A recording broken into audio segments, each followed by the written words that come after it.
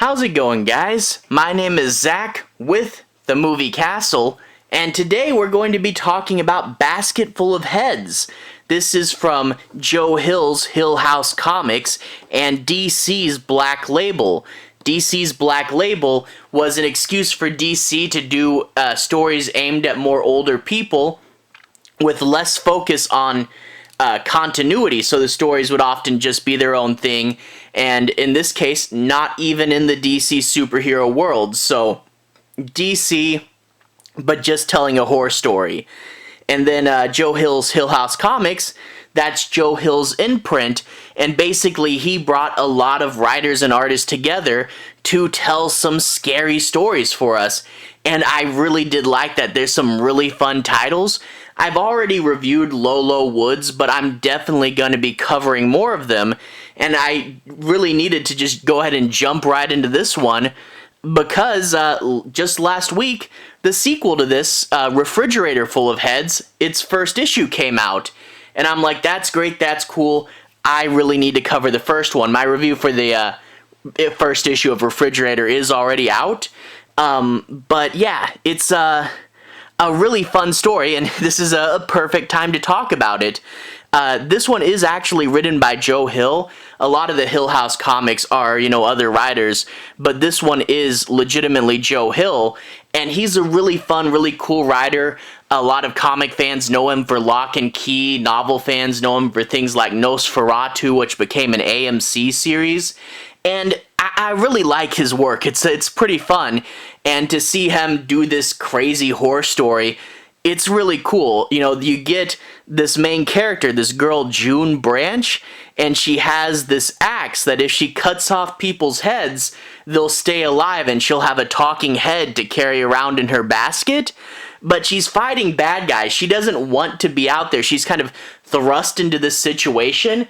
It's one of those One Crazy Night stories, and you get to see her going from a normal, happy girl all the way into just, insanity as she has to try to fight all the villains off. But even though this is a character that feels like it came straight out of some weird 80s horror movie, it's actually placed in this really, really interesting mystery. Tons of twists and turns, and I really do like that. Like, there were so many things, like, even all the way up to the very end, the last few pages, you're like, oh, that's what that was all about? That's what they're building to? And there was some pretty cool revelations going all the way to the end. And it's just a really well-written mystery, and it's not just ha-ha, fun 80s horror. There is that element there, and I really did like that. But it was like a cool 80s horror character placed on this island during one rainy night and having to go around and solve this mystery. It's really cool, and I definitely recommend it. A weird supernatural mystery, although the supernatural is just her, not the mystery itself. Let's go ahead and take a closer look. There's the cover, which is this nice portrait of our main character. Note the little axe in the A in Heads. And there's the axe. The one in the comic is much bigger, but it's dripping blood. And you can see the Hill House Comics hardcovers have this see-through slip. I'm going to go ahead and take the slip off. It's a little fragile, so I definitely recommend, like, if you take this book with you somewhere, take off the slip because it might rip. But anyway, nice portrait. Her with the axe. This is what's under the slip, which you can barely see through the clear stuff. And there's the axe on the back as well. Really nice undercover. And let's, before we get into the story, take a quick look at the credits. The credits, like I mentioned before, this one is written by Joe Hill himself, who made Hill House Comics. But we also get art by Leomacs, and Dave Stewart is the colorist there. And if you want to read through the rest, you can. But yeah, Basketful of Heads, created by Joe Hill. Now let's go ahead and talk a little bit about the story. I'm not going to be doing any major spoilers, but I do want to say my piece on a few plot points and make sure you guys have a basic understanding as to what the story's about.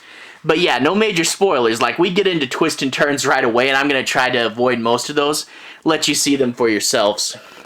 But we open up on a classic how did we get here moment with our main character June walking down this bridge on a rainy night, and you can see she has her raincoat, her basket with the American flag over it, and something poking its eye out. Now, if we know the title of this book, we can guess what's poking its eye out, but yeah, and it's talking, and she has the Norse axe with her, and if you have eagle eyes, you can notice at least one other thing here, but she gets, this truck comes up to her and asks what she's doing.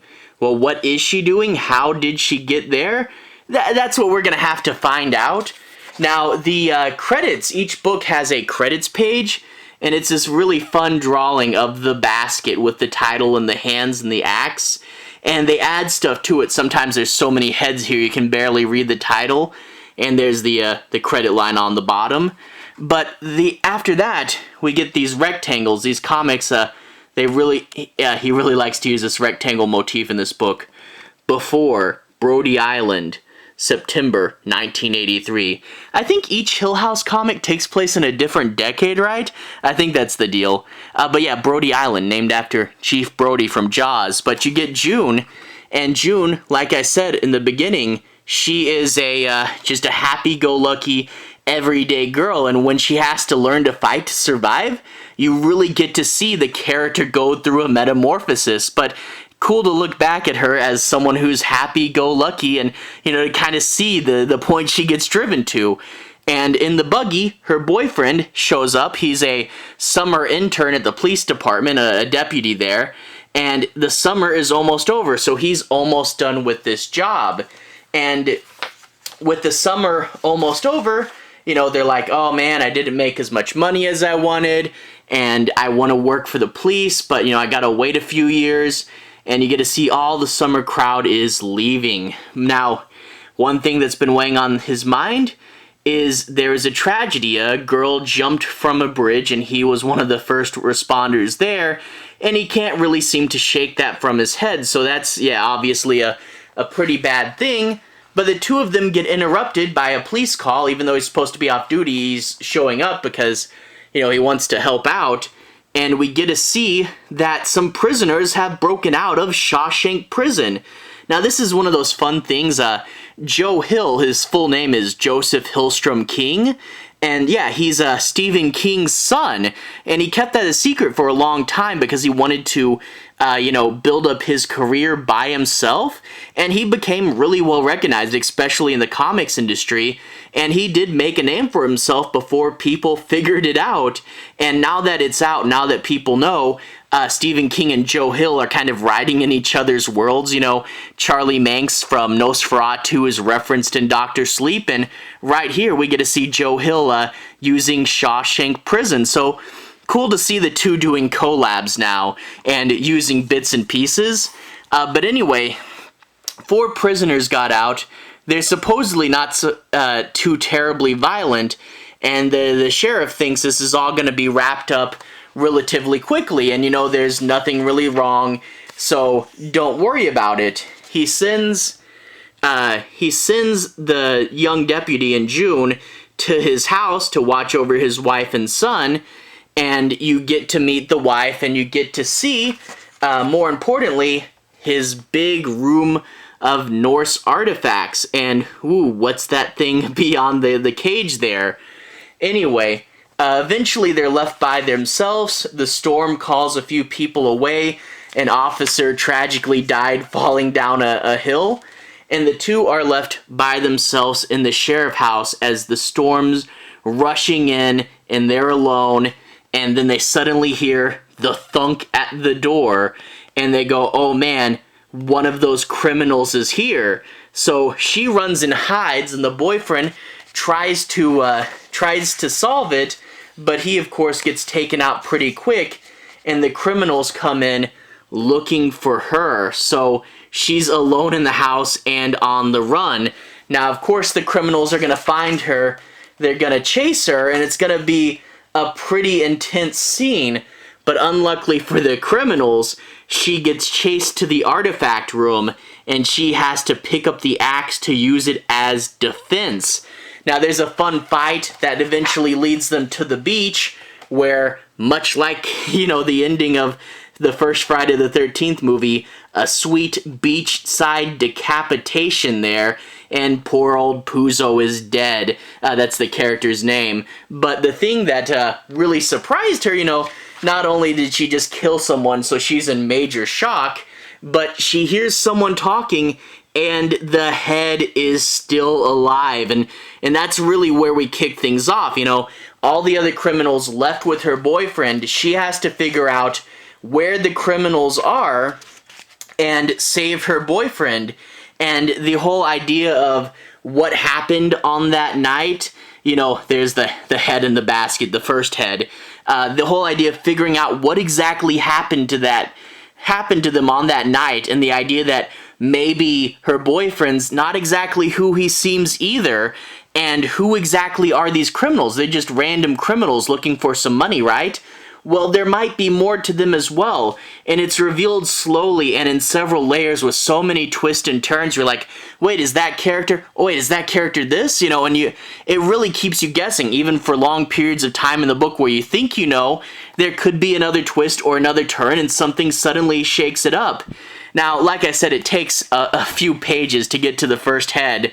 The first head she cuts off isn't even in the first issue, and you know, it doesn't add heads all the time. This is one of the things is I thought we'd be getting much more decapitations in this issue, and there's a fair bit amount, but like, she's not dragging around like 24 heads or anything, you know?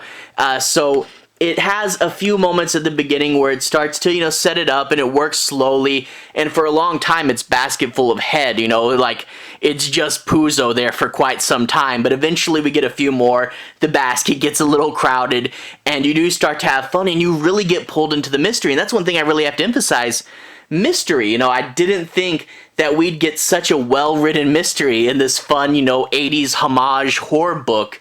But overall, I really, really did like it, you know. You have to get through, you know, the first 2 issues to kind of get it going, you know, get a head in the basket. But, you know, once all that happens, once the supernatural stuff is there, it's pretty cool. Now, the supernatural thing, it's to make her character have, you know, this whole extra twist in it. But it's like the supernatural thing has nothing to do with the escape convict plot. So it's kind of weird. It's a monkey wrench that's thrown into that. But this, other than that, it's not a supernatural mystery. It's a regular mystery with a supernatural character. And don't expect too much lore behind it. Like, you know, they get a throwaway line as to why the axe does what it does at the end. But this isn't about the mystery of the magic or where the axe came from or what it does. It's more a mystery about the characters, you know. And I think the sequel will go more into magic. So if you like this, definitely check out Refrigerator Full of Heads. Issue 1 just came out, and it looks like there might be a little more magic this time around, a little more wackiness, so definitely check that out if you want more magical elements. And if you like this, why not check out the sequel? Anyway, to everyone who's watched so far, thank you for watching. To everyone who's liked and subscribed, thank you. You're really helping out the channel. I'll put a relevant playlist on the bottom. If you guys want to see more, you can click there and see more. That will probably be my horror comics playlist. So if you want to see more scary stuff, you know, Tales from the Crypt, the Creeps magazine, and Refrigerator Full of Heads will be in there as well. So anyway, have a good day. I'll see you guys again very, very soon. Relevant playlist on the bottom. Have a good day now.